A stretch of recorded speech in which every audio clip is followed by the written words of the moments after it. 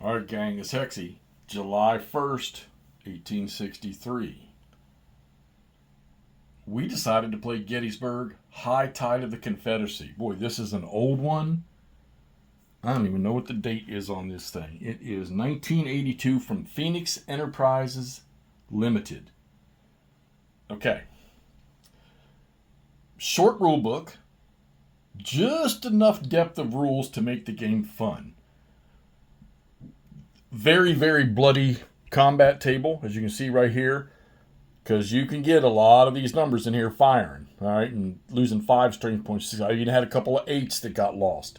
So very, very, very bloody. And then you have a demoralization level. Now, I'm only playing the first day, but I think the demoralization level was 300 casualty points for the Confederacy and 365, I think, for the Union. I'm not sure.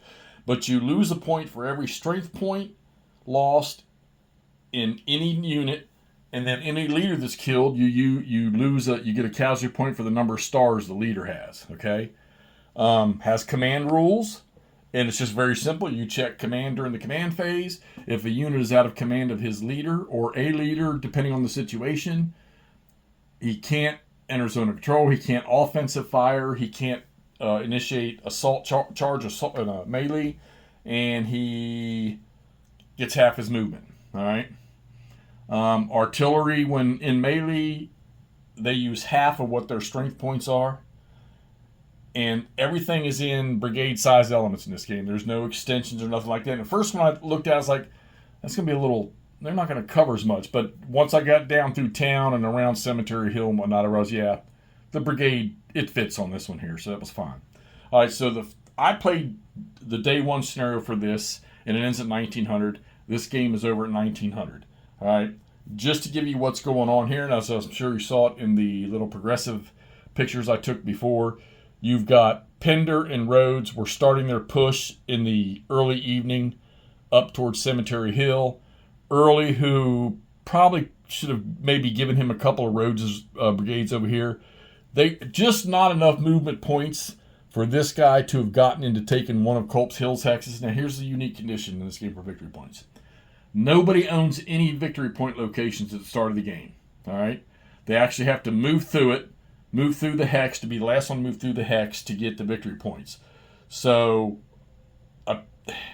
when I played Gettysburg, I always figured the Union owned Cemetery Hill and Culp's Hill and Little Rock, because that's where all their forces come in up those roads. I figured not in this game here. You don't start owning any of them. So for victory point locations, the Union only got the one hex up here on Cemetery Hill, all right, and they got 5 entry hex locations down here for owning all of those, okay?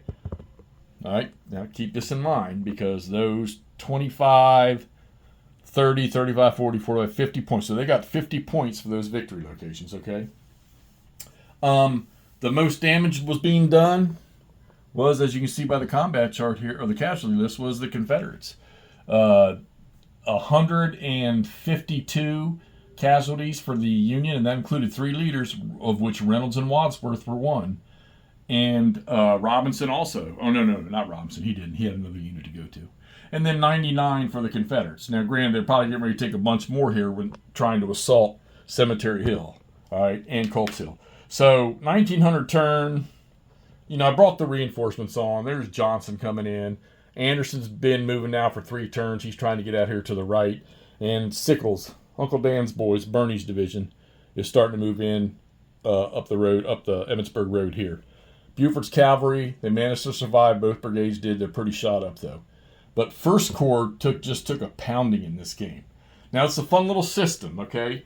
You have command phase, then you have movement phase, then you have your combat phase, which is, remember the old terrible swift sword system, defensive fire.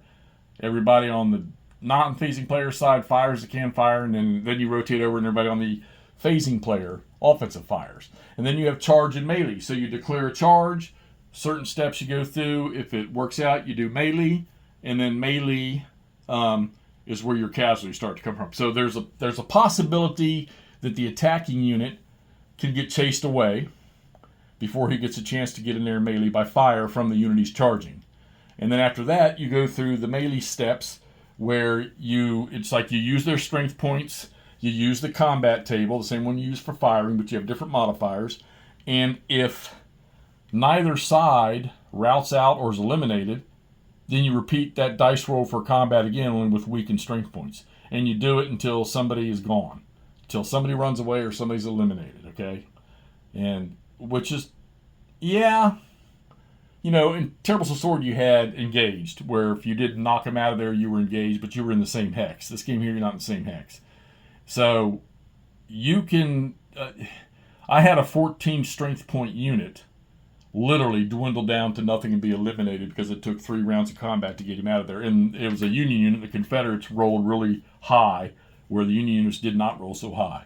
Okay, so how does this thing end? Well, here we go.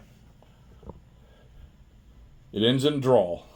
152 points for the Confederates and 149 for the Union. And anything from 1 to 25 points difference is a draw.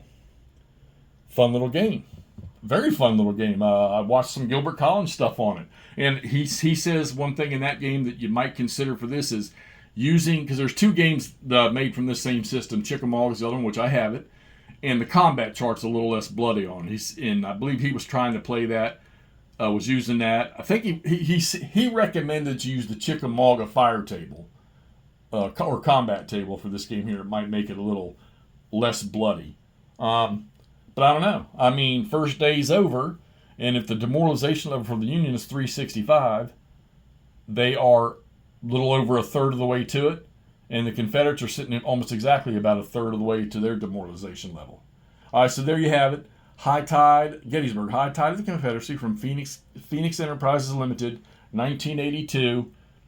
I think I've seen a few of those floating out there, and while I know this thing doesn't look as nice as the stuff we get to play today, it's still, it's a fun little game, guys. And there's a few Gettysburg games out there. Most of them, though, are very simple, very large scale, where you're playing divisions or corps or what like that. And most of the brigade ones or demi-brigade ones we know are very, very detailed and take quite a while to play just a turn. Well, here's a brigade level one that takes no time at all. I think I played this over 3 days. And me, I'm very casual when I play, but this one kept me going. I do 2, 3, 4 turns at a time. More than that, actually. And then take a picture of it and move on, play some more. And I'm doing 2 games at the same time, and I still managed to pull this off in 3 days here playing. So there you go. High Tide of the Confederacy, Gettysburg, Phoenix Games or Phoenix Enterprises. All right, let's get this up so you all can see how day 1 of Gettysburg ended.